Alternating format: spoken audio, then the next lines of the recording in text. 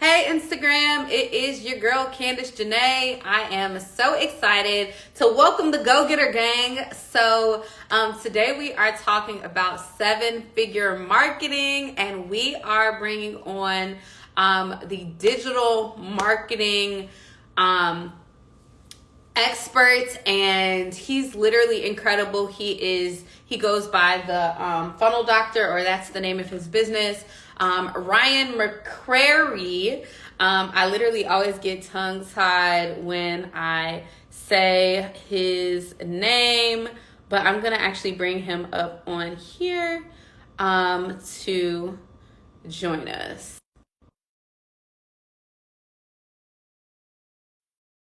All right. I'm excited for this conversation, y'all. It's going to be so good. Really excited about this. So here we go. There I am we doing go. How well. you How are you doing? doing? I'm doing good. No complaints. It's Monday. Yes. Getting this Oh my week started. goodness. I feel it. I'm super excited to have you on here. For those who don't know, my name is Candace Junée, and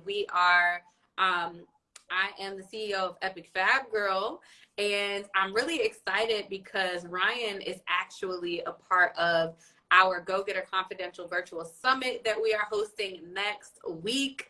And it is going to be an incredible time. He's going to be sharing about marketing. And so I just wanted to give you an opportunity to share a little bit more about yourself and share just a little bit of your journey into entrepreneurship. I know I made the topic today, seven-figure marketing, because you really run a seven-figure marketing business. So I would love to just hear a little bit more about yourself.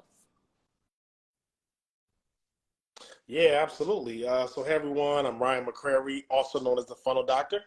We help creative entrepreneurs grow and scale online using sales funnels and paid advertising. My entrepreneur journey, to make a long story short. I'm from Philly, born and raised, and I went to college, went to Temple University. I actually have a degree in sociology. So most people don't know that. It's like not marketing, not business. I don't have an MBA and anything like that. And then after college, I didn't even work in my field. I never done any internships. I never done anything in social work, anything like that.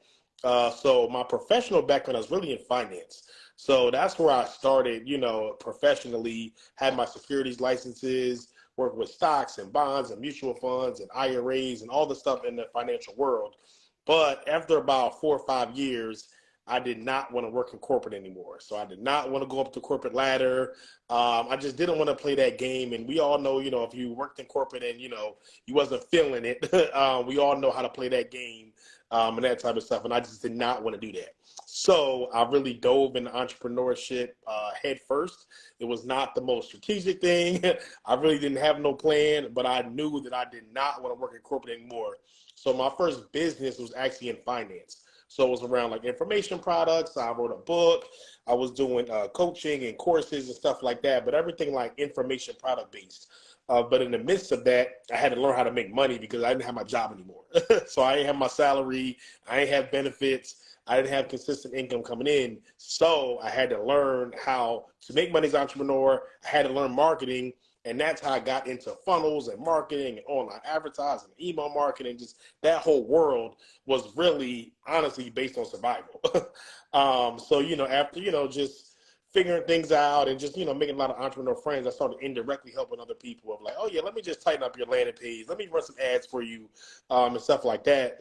And then I really got a knack for it, really got good at it. And then I was, thinking like, I'm like, do I really want to start an actual agency? Like, do I want to shift business models and stuff like that? And then I made a decision to actually shift business models, open an agency, become the funnel doctor, Not the and then the rest is rest is history. history. Listen, I love it. I love it because I think you said something about like income wasn't coming in consistently, and I think a lot of times people be thinking that they see these entrepreneurs who are doing so well, and they just know that we was popping from the get-go. And so I would love to know from your perspective, like, what did it look like to still kind of pursue your business even when money wasn't coming in consistently?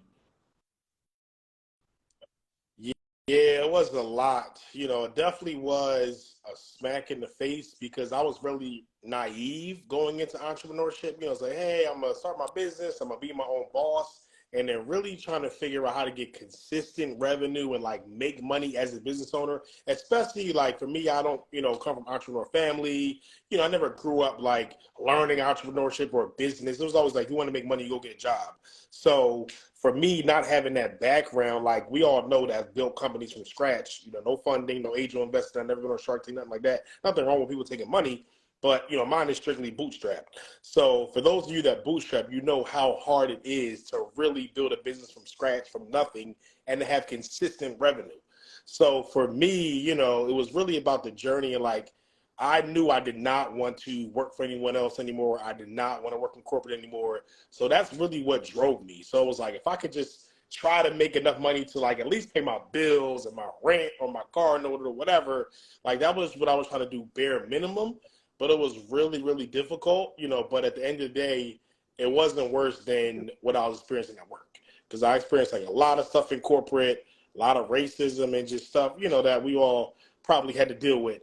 So for me, like that was the ultimate nightmare. So if I didn't have to go back to do that, for me personally, I love that for that. me just kept me And I going. love the vulnerability because, I mean, there's some stuff that I know when I was in corporate, I was working like 16-hour days, like, and they did not care about my health.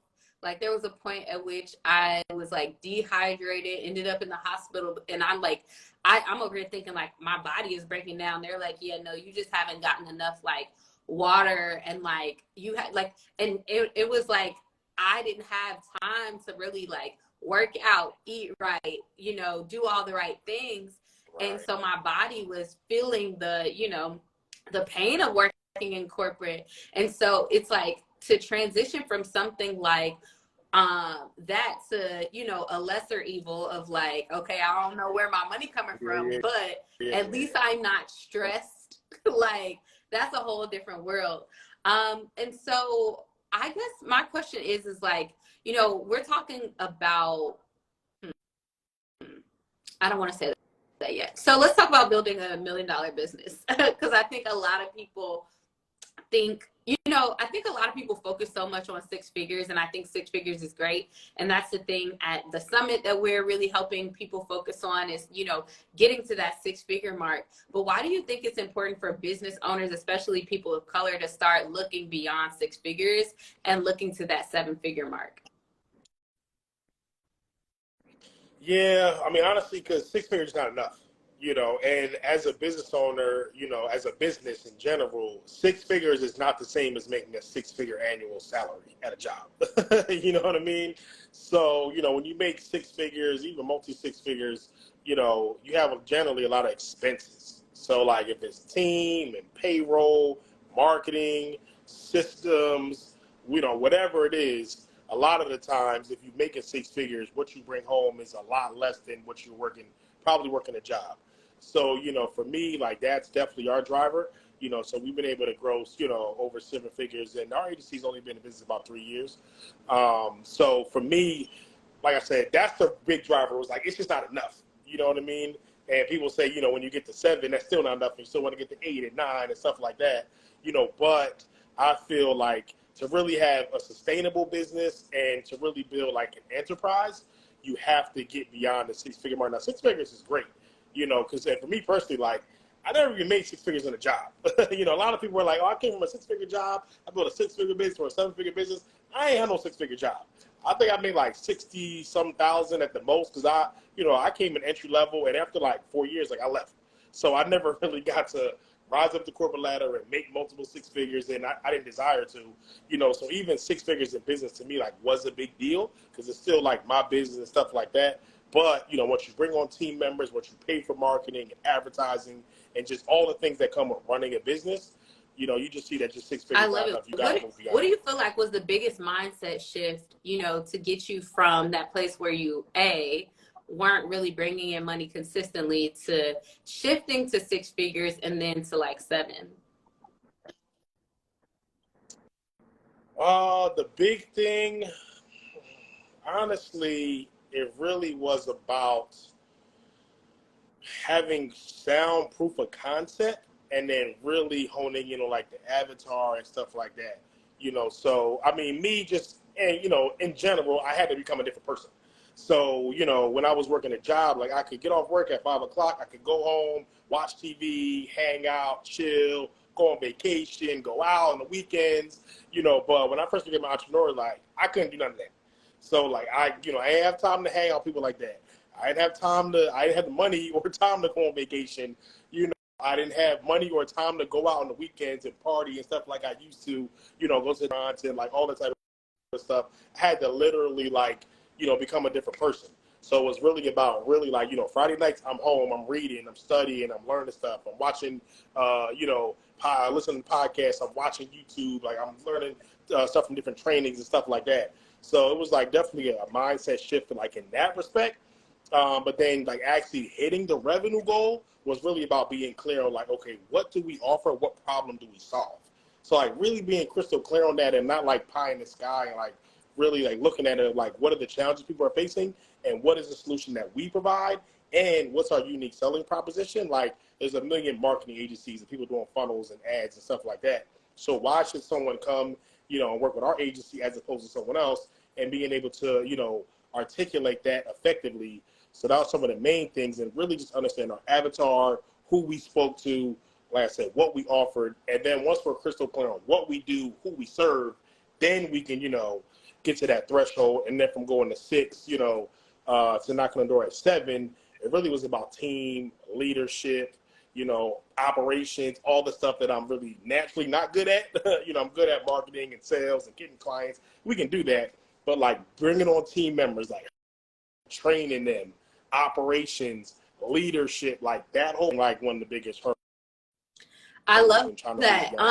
You started talking a little bit about, kind of the work that you do with funnels and running ads and things like that. And so I just want to know, like, from your perspective, what's the importance of getting good at marketing as a business owner? Marketing is the lifeblood of your business. So if you're not good at marketing, honestly, I don't know how you're going to survive. Even if you outsource it or you hire other people, you need to know marketing to a degree. Otherwise, you'll get taken advantage of. We had recently, and she's pretty new in entrepreneurship, and she didn't really know much about marketing and stuff like that. And a lot of people she's working with just taking advantage of her because she just didn't know. Saying like she's like, well, I don't know what a funnel is. I don't know what a landing page is. I don't like all this stuff that she just doesn't know. It really leaves you vulnerable and you can be taken advantage of. So I truly believe that, marketing, sales, funnels, honestly, is the lifeblood of your entire business. So like you have to be able to market, and marketing, is designed to bring you more customers. So if you don't have customers, you don't have a business. So you definitely have to get good at marketing, or at least to a degree. Yeah. No, I mean, I absolutely love marketing, and I feel like I'm queen of, like, I always tell people marketing isn't everything. It's in your sales, it's in your programs, it's in your social media content. It's like it's everywhere. Like you have to effectively communicate, whether you're communicating a role to a person that you're getting ready to hire, or whether you are communicating your offer to your audience. Like it's all marketing. And so I love that. I was gonna ask you really just around the in what ways have you like invested in yourself at the different levels that you've grown to? So like, for example, we have the Go Getter Confidential Summit coming up, and of course that's something that's free. And like, how did you leverage like free content when you were growing and learning, and then like kind of elevating to more so paid content and paid programs as you grew as a business owner? That's a great question. So, I spent a lot on personal development and coaching and stuff like that. Like now we spend per month, what more people probably spend in their rent or mortgage. Like literally my coaching bill was more than my mortgage. So definitely invest a lot. Now I was first starting out, I literally didn't have the money to pay for no $20,000-$30,000 mastermind or the case may be. So definitely leveraging YouTube, other free content, free resources, Facebook groups, like all that type of stuff, free webinars, just to get me to a certain point. And I, truly believe in coaching and everything like that. Like there are different tiers. So there are like a lot of different programs where there are maybe $100 a month or $200 a month or 500, 1,000, 2,000. People pay for programs paying, hundreds of thousands of dollars a year for different programs. So I truly believe it's different tiers. So I think you should, if anyone's watching, definitely should invest kind of where you are. And then also, fact check, make sure, it's a reputable program. And for me, like I'm always looking for people that, are in industries or kind of, do what I'm trying to do. So like, I'm not going to necessarily go into a hair care mastermind because I'm not in hair care. You know what I'm saying? So I always try to align, what I'm doing, and is there a coach, is there a program or something like that out there that I can be a part of? And, of course, about mentorship and getting different mentors and coaches and stuff like that. And the best way to get a mentor is to buy a mentor. So if it's someone that I see out there that I'm like, okay, I need to connect with, I need to be part of the community. That person just needs to know me. I need to build a relationship with that person. I'm going to spend that money. Like, money loves speed. So like, I don't have time to try to follow them and DM them and everything like that. I'm like, what's the fastest way to get to the person I'm trying to get to? Do they got a program? Do they got a mastermind? Do they got an event? Can I pay for consulting or coaching, whatever the case may be? If it's someone I want to get to, I'm going to cut the check. Did you ever have to deal with basically being afraid of investing, or like being afraid of like spending a certain amount of money in your business? And like, if so, like, how did you navigate that? Yeah, like all the time. Like I'm still scared on certain stuff. You know what I'm saying? Like, cause like I said, it's tiers, it's levels. So it's like, all right, you want to get, to multiple 7 figures, 8 figures or whatever. And there's a program out there, like you might got to spend $100,000 a year or more, something like that. So it's levels. So for me, it's always about like, what are you willing to do to get to the next level?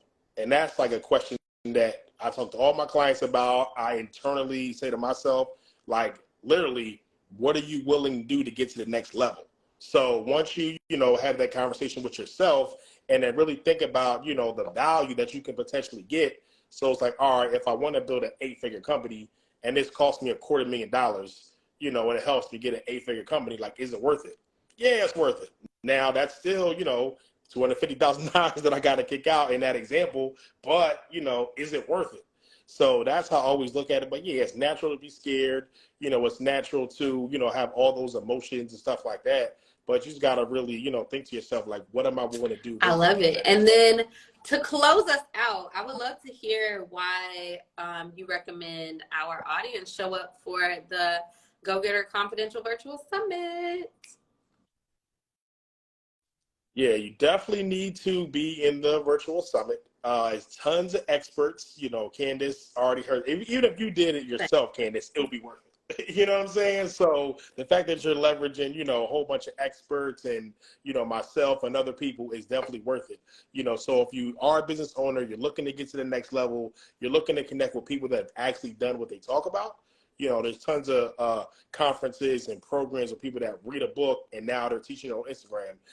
So if you want people who are really authentic and really care about you getting to the next level and faith-based, of course, we definitely, of course, can't forget about that. I definitely think you should sign up for the virtual summit. And I got tons of gems for y'all, that we definitely going to drop. Tons of gems for y'all, marketing stuff, social media content, a whole bunch of stuff. We'll be going deep on to like really level up your business, understanding your numbers, your funnels, your upsells, your lifetime value. So it's a whole bunch of stuff. I love it. It's going to be so, so good. And I can't wait. For those of you guys who are interested in getting signed up, literally click the link in the bio, get signed up for the Go Getter Confidential Virtual Summit. It's April 18th through the 20th. And it's completely free. So you guys can either sign up with me, or I think, Ryan, you have it at the link in your bio as well. So you guys can go ahead and get signed up that way. But you got any final words for us before we close out? Definitely join the summit. And I think somebody put in there and or hashtag it now. What are you willing to do to get to the next level? And I wasn't like thinking about that before I came in. That's just something that I always, say anyway, because it's like, meet so many people and talk to so many people when they got these ambitious goals, and whether it's revenue goals, whether it's personal goals or whatever.